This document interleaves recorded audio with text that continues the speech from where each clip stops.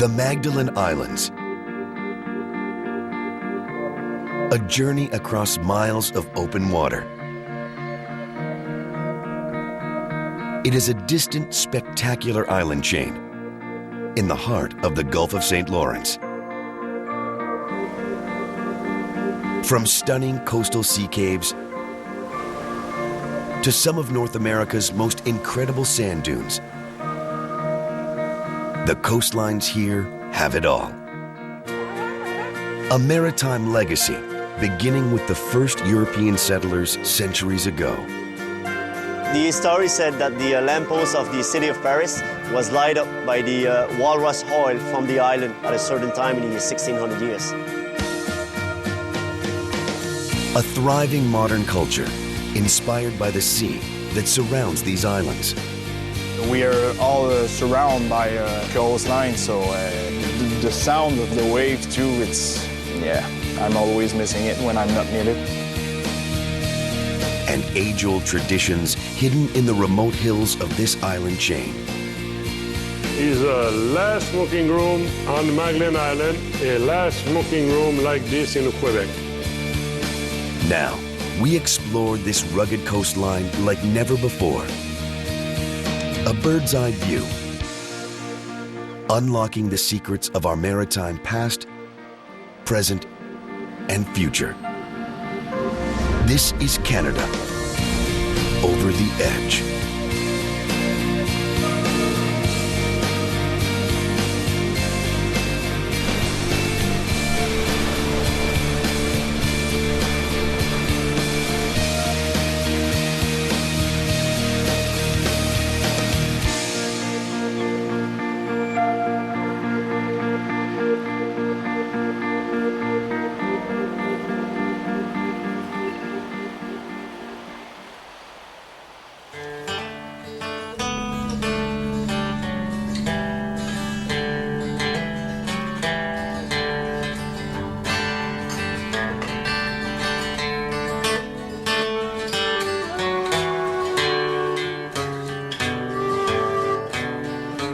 100 kilometers off the coast of eastern Canada, the Magdalen Islands, or Île de la Madeleine, are North America's forgotten wonder.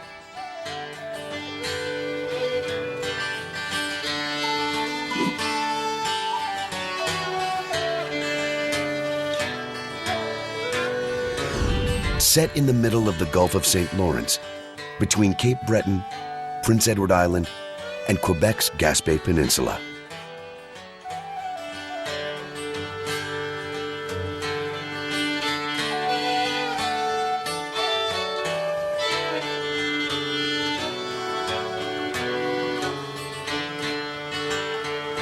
This island chain, or archipelago, is 200 square kilometers of coastal cliffs and sandy beaches.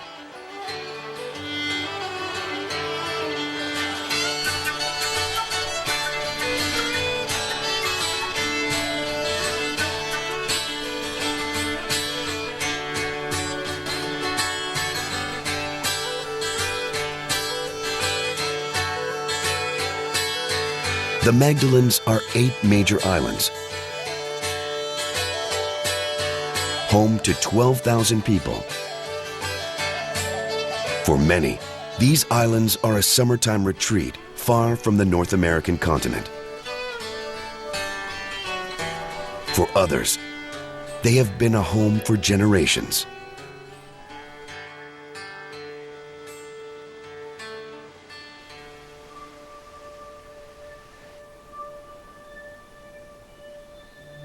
Damien Deraspe has been guiding visitors to these islands for years, recounting the Magdalene's centuries-old story. Well, the island first was visiting by the Viking, and then we had a Micmac that was coming here for seal hunting and fishing, and they were traveling only in the summer by canoe. And then the French, the Basque and Breton was coming here for walrus hunting. The story said that the lamppost of the city of Paris was lighted up by the walrus oil from the island at a certain time in the 1600 years. Richard Gridley was fighting with the English on the Plain of Abraham in 1759 in Quebec. The island was given to him 2 years after the battle. Came here with 22 Acadian family from Malpec, PEI. And through the years, there was a lot of shipwreck that brought Irish people, Scottish people, and English people. 1847, there was a shipwreck, and there was 447 immigrants from Ireland that were escaping the famine in Ireland, and 4 families, Langford, Brophy, Delaney, and Rankin family. They original from that shipwreck.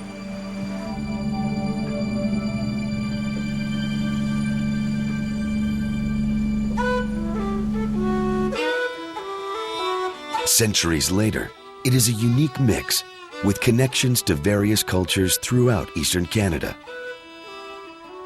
So we mix of 2 cultures, Quebec culture and also Acadian. And we see Acadian culture through our meals, and also Acadian because of our language. We have a lot of slang in our in dialect.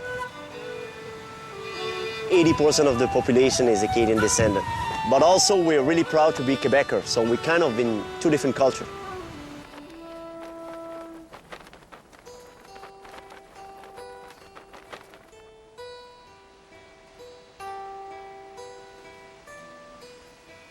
Approaching the Magdalens by ferry, the first point of land is the aptly named Entry Island. Well, Entry Island is not connected to us. You gotta get there by ferry or by airplane.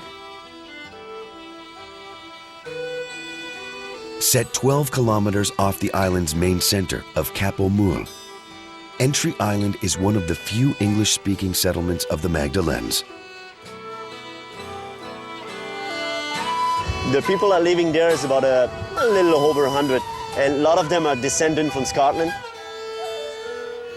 It has long been an isolated port, with incredible grassy hillsides surrounding the Magdalens' tallest point of land, simply known as Big Hill.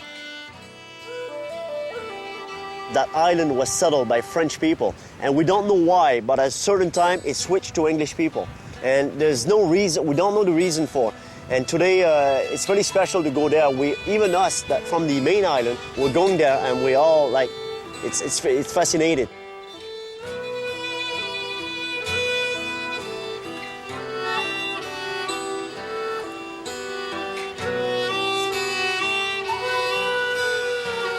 For the 100 or so residents living among these shores and jagged cliffs, life is simple. With no paved roads, no police, no crime. Even street names here are a modern innovation.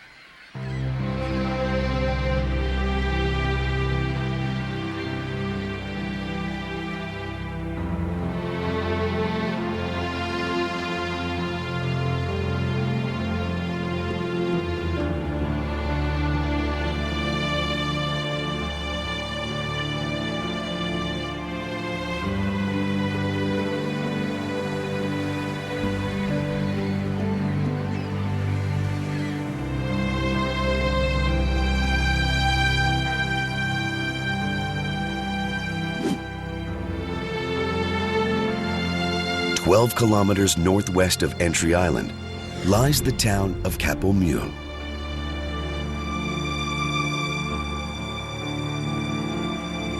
Home to just over 1,500 people, this is the most populated settlement of the islands. With a small fishing fleet, port, and ferry terminal.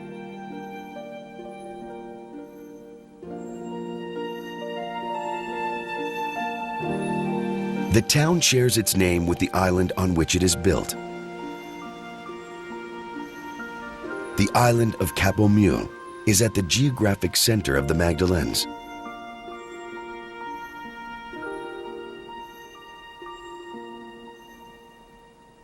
Set against rough waters, the grassy hillsides and small communities are protected by the region's famous steep cliff faces.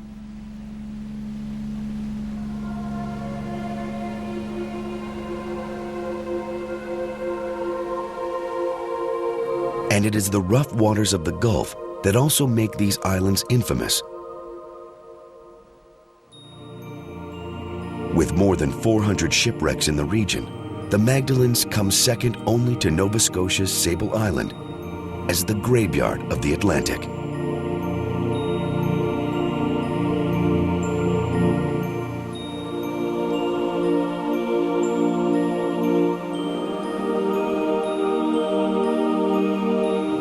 Here on the western tip of Capo Mule, a stark reminder of the danger posed by these treacherous waters.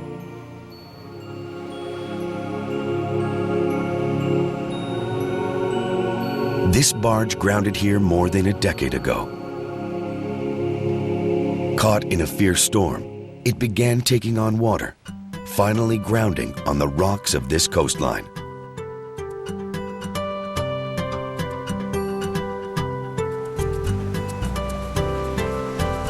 To the south, the Magdalene's famous lagoon system, Étang de la Martinique, stretches for miles.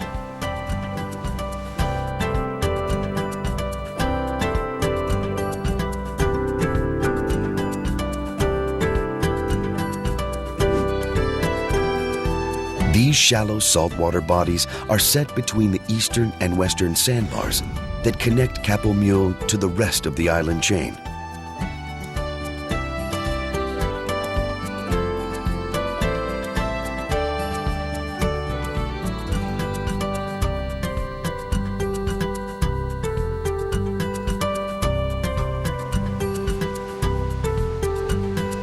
With the coasts barely a kilometer apart, it is a unique geography.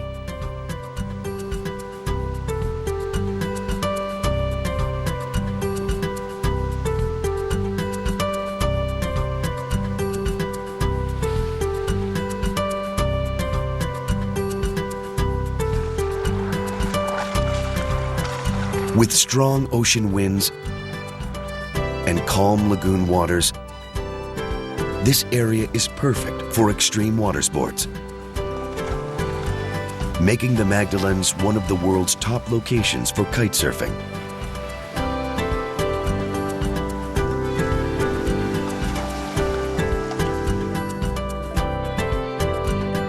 Lionel Dion has been an active kite surfer for more than a decade, now teaching the sport to locals and visitors alike.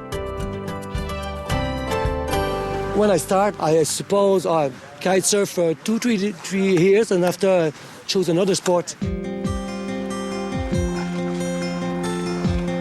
I never stop. You want more and more and more. The wind is the next session.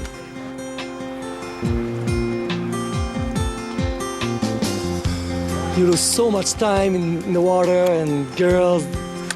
Why am I and my boyfriend on the water again?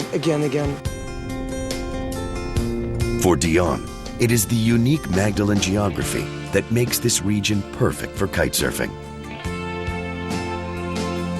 Magdalene Island is one of the best places in the world for kiting because in 15 minutes we are in the laguna or in the ocean. All kind of wind and direction are good at 15 minutes from each spot.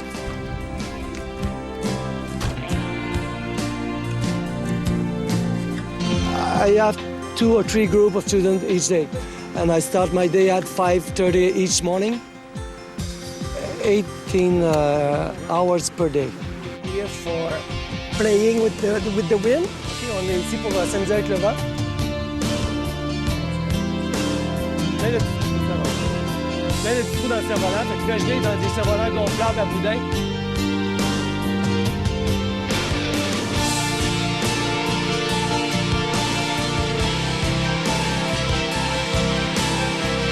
Donc, à tous les éléments, à toutes les fois que vous allez faire une sortie, analysez. C'est pas juste les choses. The first reaction, oh, it seems so easy. Woo!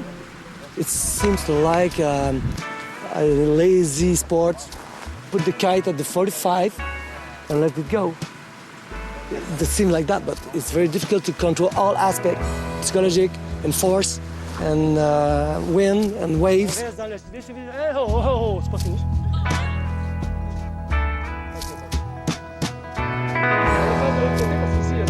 Your body must be smooth because wind is smooth, water is smooth. Each session you increase. The increasing curve is very fast. You work very hard, 5, 7, 8 hours. When you make your first 50 feet on the water, all the piece of the puzzle came together and all becomes very easy. And after, oh wow, what a sport.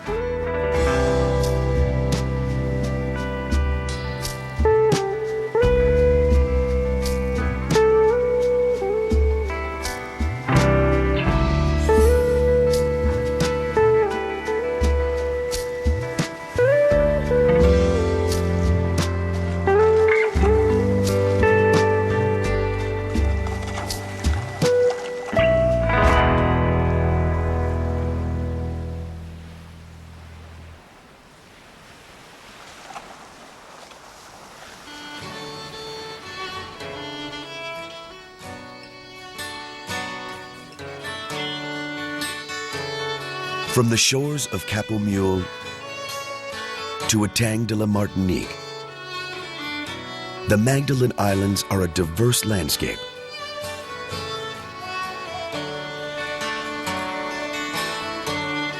A mix of steep sea cliffs and incredible lagoons.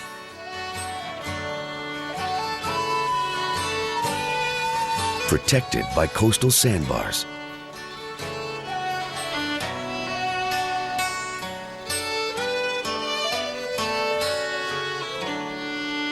Further south, the island of Havre-Aubert.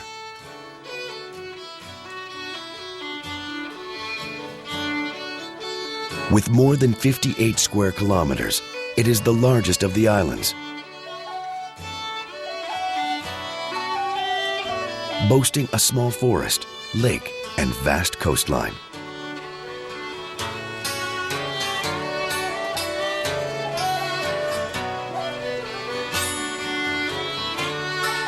But Havre-Aubert's geography also makes this island one of the most remote. Sitting at the southern boundary of the archipelago.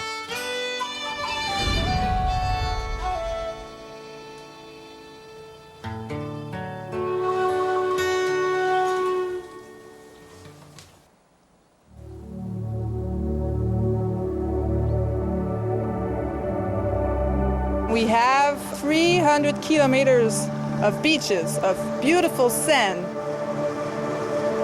Beaches that we normally see in Cuba or in the south. The sand comes from the erosion of the red cliffs, so sand is really a big part of our place. It is the solitude and beauty of Havre-Aubert that has attracted artisans from all over the region to one of Eastern Canada's fastest growing artistic communities, using local resources to create spectacular works. Pauline Gervais Gregoire is an island artist and administrator of the region's artistic hub, Artisan du Sable. And the most interesting material used by artists here is one that surrounds them: sand.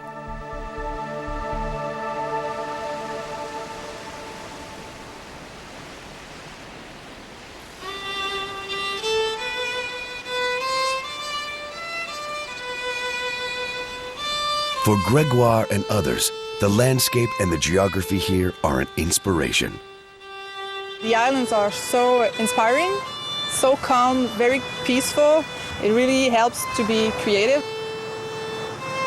There's lots of people working with glass blowers, pottery, wood, lots of stuff. Very interesting and nice. I'm doing little houses with colors, dunes, sand dunes, islands. The people that comes to see us from all over the world, we meet very nice people, and that's very motivating to create new stuff. It was my mother who used to do the drawings. She was the boss of the place here too, so I totally took her place.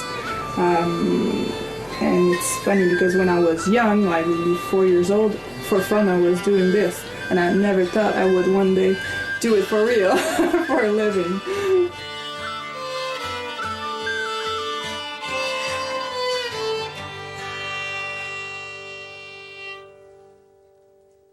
We had to develop a special glue with a laboratory to help stick the sand together. It was made for the sand of the island. And when you mix that glue with the sand, it makes a paste that will harden.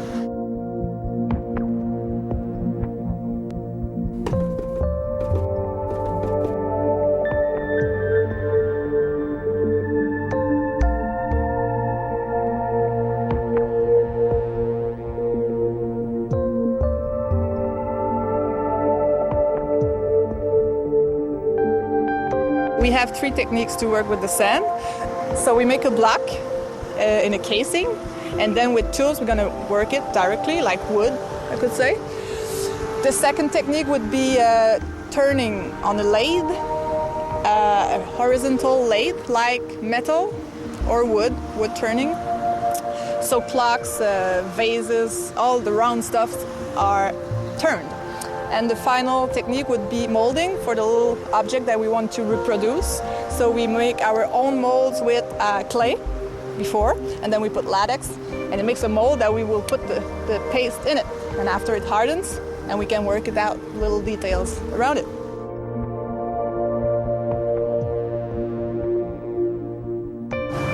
I think one of the reasons why it helps people to be so creative here, yes, there's the sea all around us. You always see it wherever you are. The wind is very present. Maybe that helps us have new and fresh ideas all the times.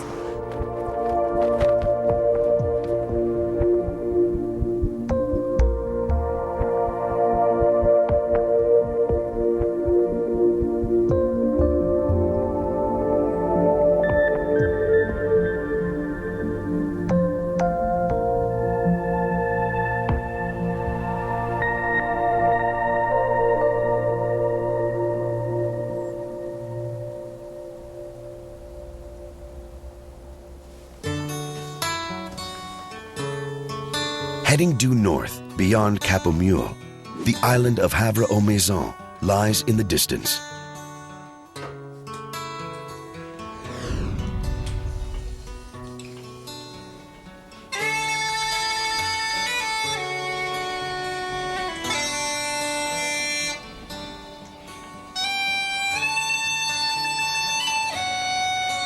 Along the coast, spectacular green meadows are a bold contrast to the red sea cliffs lining the shore.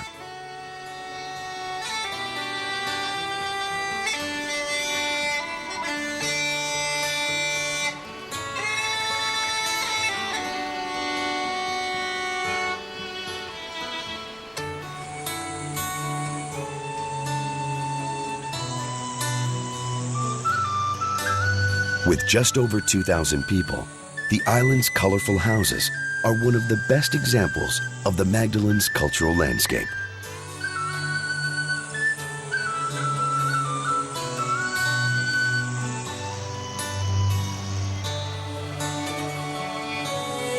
To the north, Ile du Havre-aux-Maisons leads to one of North America's most impressive dune systems.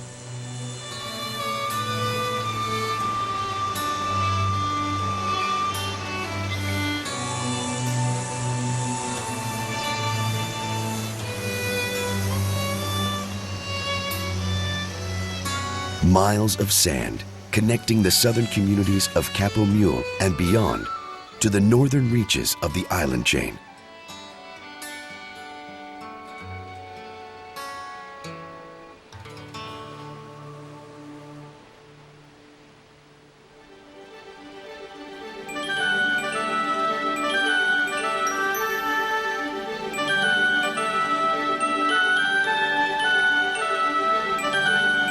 With more than 300 kilometers of beaches and dunes, sand is a signature feature here.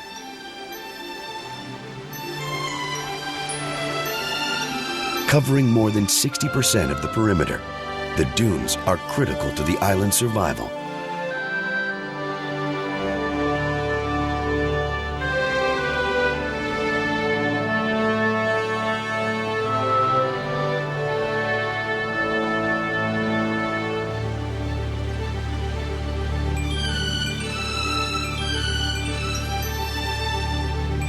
As sand, seaweed, and marine life are washed ashore, the ground is enriched, allowing plant life like beach grass to flourish.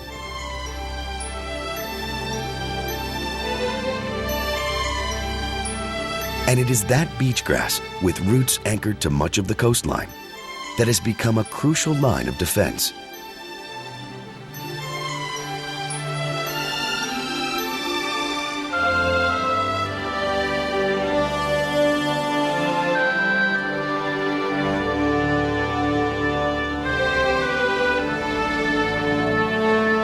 Healthy dunes mean more plant life and a stronger ecosystem. And the dunes, some as high as 15 meters, keep surging salt water from infiltrating the island's limited freshwater sources.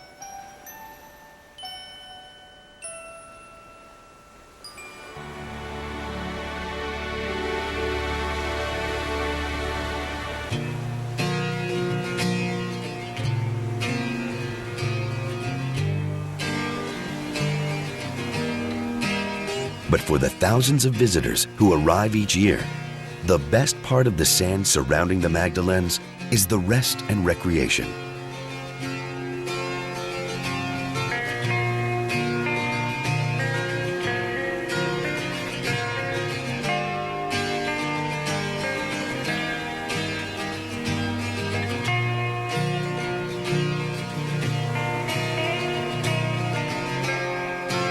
Spectacular summers and warm autumns make the beaches an ideal destination.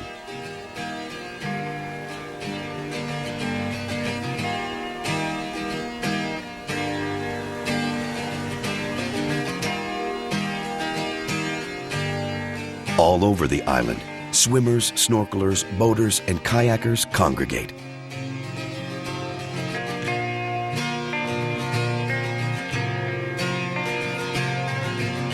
Marveling at the cliffs, rolling hills, and the warm island hospitality.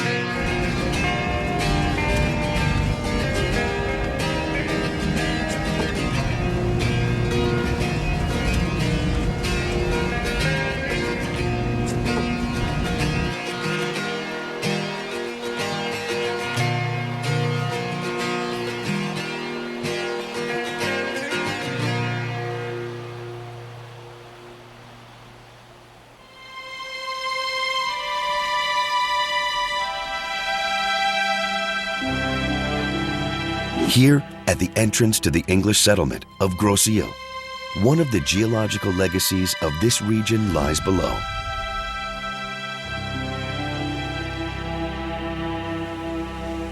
More than 300 million years ago, a 5-kilometer thick layer of salt accumulated beneath these islands.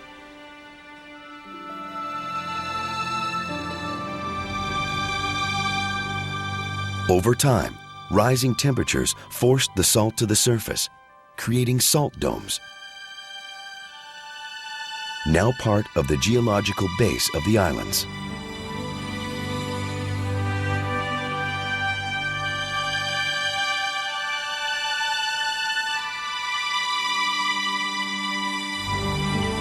Today, that salt is mined here, shipped to the mainland, and used as winter road salt throughout the region.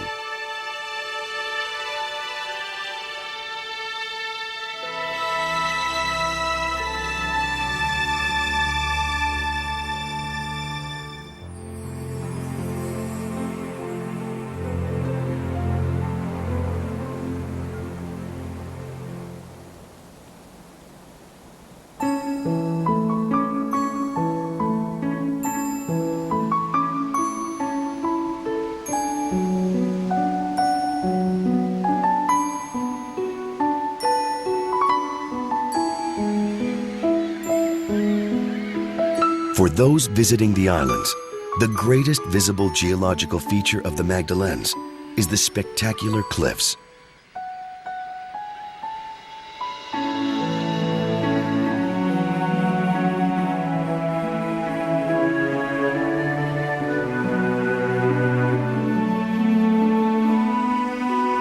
These sandstone marvels are coated with a thin layer of iron oxide, giving them their famous reddish color.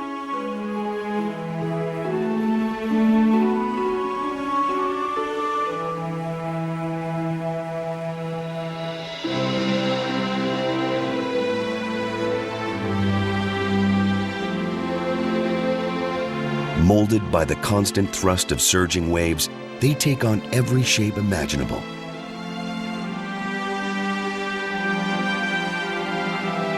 From potholes and funnels to breathtaking columns and towers.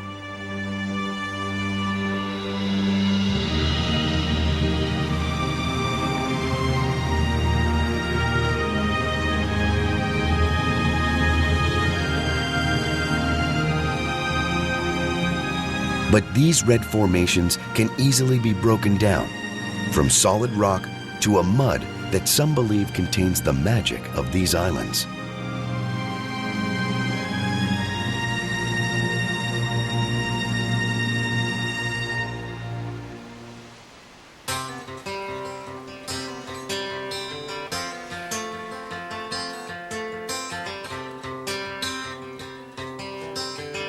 Lola Burke and Simon Dumais Saint-Onge are both native to the Magdalenes.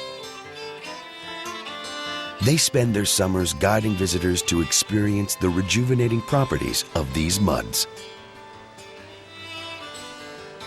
Actually, it's incredible to live here. You can go to the beach, you can walk around on any of the capes. It's the perfect nature spot if you really just want to let go. Mud that is found in the capes is a mud that is used to rejuvenate skin. So what we do with our clients is we bring them down, and what they do is they'll cover themselves with the mud, and then they'll rinse off in the ocean. When you are dry, after, you can go in the water. Your skin is very, very soft, and it's very good for skins. This here is the type of mud that's used for the mud bath.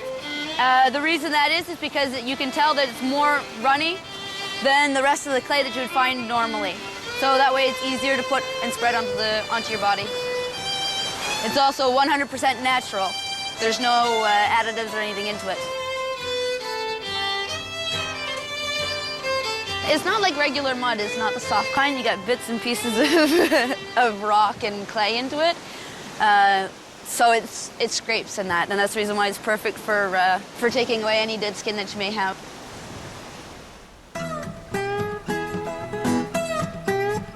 We get quite a few people from all around the world to come and do this. We get people from, I've had a couple from England that come down just because they heard of the mud bath. It's a chance for them to be kind of like a kid again. Like, you know, you get a chance to get dirty.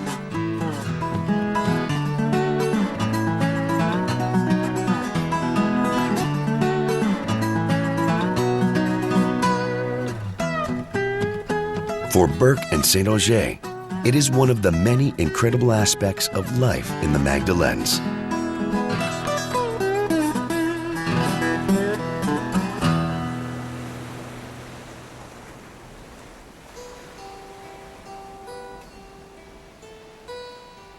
All over the Magdalenes, the same forces that produce this famous mud also threaten the island's very survival.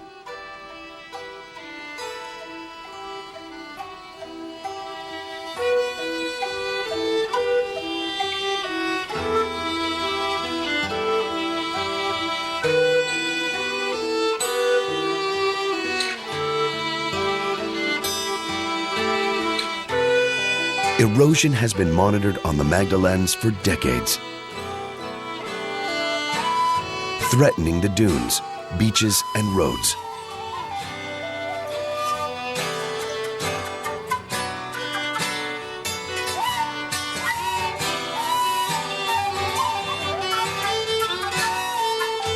From just one winter storm in 2010, scientists estimate the northern dune receded by as much as 15 meters.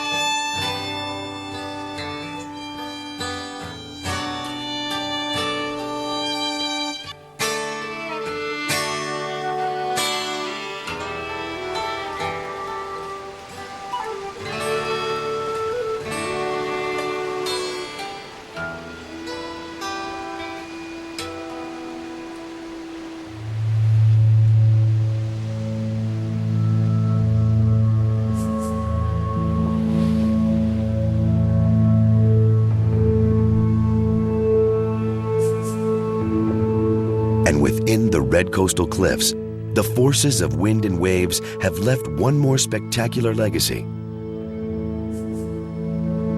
Some of the East Coast's most impressive sea caves. The wave and the wind constantly destroy the island. We see the global warming each year, the effect. It's very impressive. Vincent Lafrance has been exploring these coastal caves for years. In the winter, if ice forms around the islands, it's a natural way to protect the islands. But it's been 2 years that we don't have ice around the island. We're on a salt dome, so we're always pushing up the water, like I think it's 3 millimeters by year, but the waves and the wind destroy like 1 meter or 2 for a year. Now, he is a guide, helping visitors experience one of the Magdalene's top offshore adventures. Here we're in Cap Isaac Beach. It's pretty amazing, a pretty amazing spot. We're going to the bluff by the cave, swimming. So we will get in the water. It's important to stay soft because the wave could hit you and smash you. So let's go. Most of our caves are wide open, so we can enter. We enter by the wave and we exit by the wave. So we use the wave to go in and to go out. At the end of the expedition, you're supposed to be like this with the wave. It's very safety to go there. It's not underwater cave, maybe you could think it, but no. We have, in low tide, we could walk in every cave. In high tide, we have to swim, for sure. You have to follow the current, for sure, because we don't have to swim against the current. You will get tired in 15 minutes. So you enter the cave just by swimming, just go in front of the hole, and the wave will just let you in. And after, you just have to go again in the hole, and you will go backward.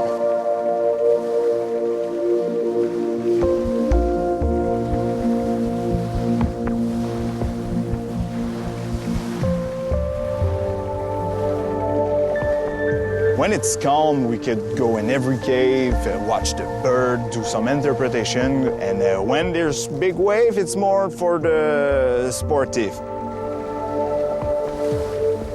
It's a kind of extreme sport, but it's very safety because we're all dressed up in wetsuit, life jacket with helmet too. Every condition for every people. There's no stalactite or stalagmite. It's what we call grès rouge. It's a kind of rock, it's not solid, it's friable. You can destroy it just by touching it. That will give us the beautiful sand that we have here.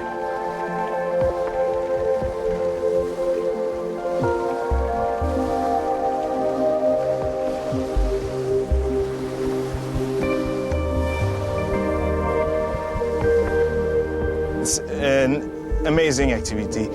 The sea is so benefic for the body and the soul too, so I don't have the impression to work, never, so that's why I'm always impressed when I'm going in the caves.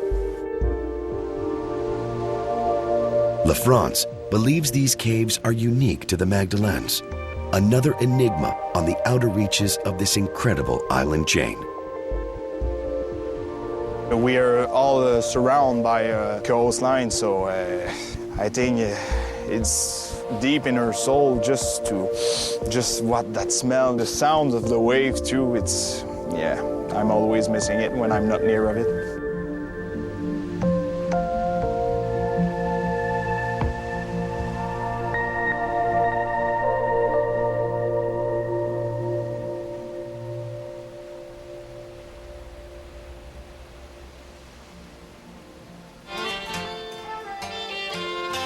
From the northern island of Gros Île to the sea cliffs and outposts of the archipelago's southern shore, the Magdalen Islands are one of North America's most remote scenic gems. Known for its great beauty and incredible hospitality, it is a region that has undergone a tough transition.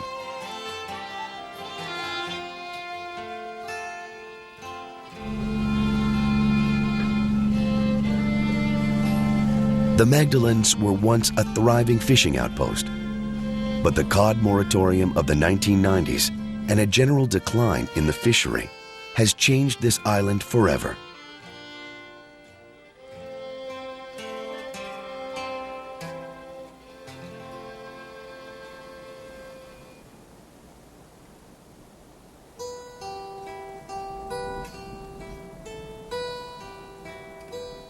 Now a fisherman is a fisherman, a lobster, crab, clam, mackerel.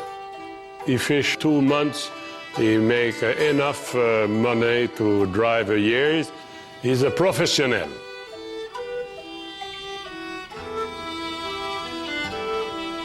Formerly, the fisherman is not the professional, he's a poor man, he work all the time, okay? That's the difference today with 25, 50 years ago.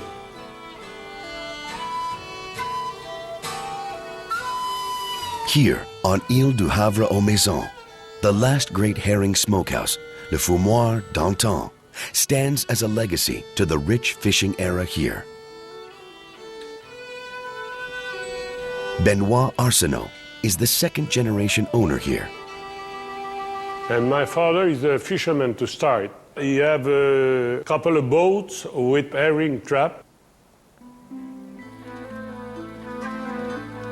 My father started the smoking room in the years 1940, 41. And the apartment here, you got 15 fire in the smoking room, okay? And after 60 to 90 days smoking, 24 hours by day, the herring ready to pack.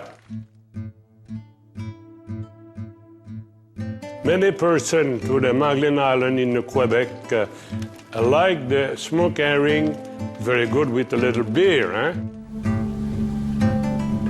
Offshore, the herring have slowly returned. Today, Benoit's sons are third-generation owners. It's a last smoking room on Magdalen Island, a last smoking room like this in Quebec. It is a tradition he hopes will continue into the future. Maybe 3 generations. I hope that the son to my son drive again.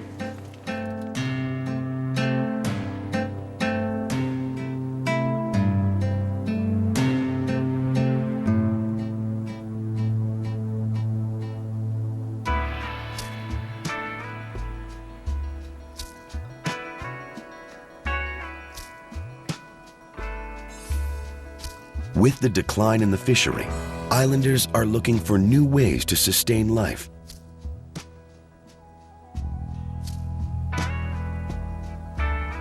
And far from the fishing grounds of the Gulf of St. Lawrence, the Pied du Vent Fromagerie, or cheese factory, is one of the emerging industries. Fromagerie du Pied de Vent. Pied de Vent means you can see in the cloud, can see the sound, in the cloud, and they go usually on the sea. That's called Pied de Vent in French. A family farm for 2 generations, Pied du Vent is widely becoming known as one of Quebec's finest, most unique cheeses. Yves Leblanc is with the fromagerie. The first owner of the place was the father, he's called Leo, and he started with the beef like for the slaughter, you know. 12 years ago, Jeremy, the son, said, yes, that's the time to change, and he changed everything. They changed the cow, they bought the cow from Quebec to use the milk to make a new product that we call in French raw cheese. It is a unique cheese made from raw or unpasteurized milk, coming directly from the fromagerie's own cows. They are a herd known as La Canadienne, more than 50 cows grazing in the hills of the Magdalenes. All the hill, or you know, the top of the hill, the cow go there, it's no problem for them. That's a good, you know, good cow to have on Magdalen Island for sure. The entire process takes place here, in the fromagerie's production facility on Ile au Havre aux Maisons. It's not a big plant, you know. It's a small plant, it's a family plant, and they use 55 cows in lactation. They have 800 liters of milk every day. Just meters from the barn, Pierre Duvant's team pours, molds, and ages several brands of cheese. We have two kinds of cheese. The Pied de Vent, it's a process for 45 days, and after that we can sell the cheese. And we have another one, it's called La Tome des Demoiselles. It's the older one. The process is to be 6 months for sure, and after that we can sell the product.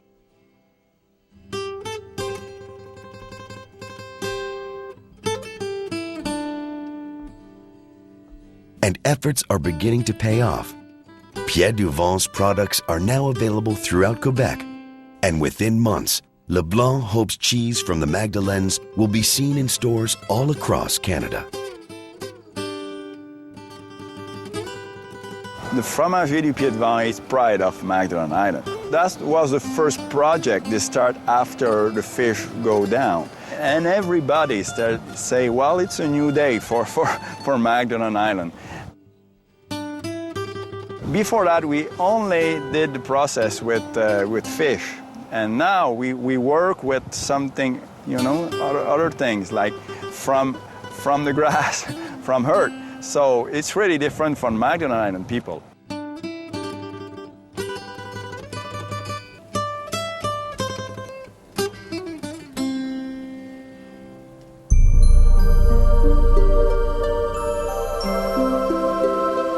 With just a few hundred kilometers of coastline, the remote Magdalen Islands measure just a tiny piece of the eastern Canadian perimeter. But with its stunning geological formations,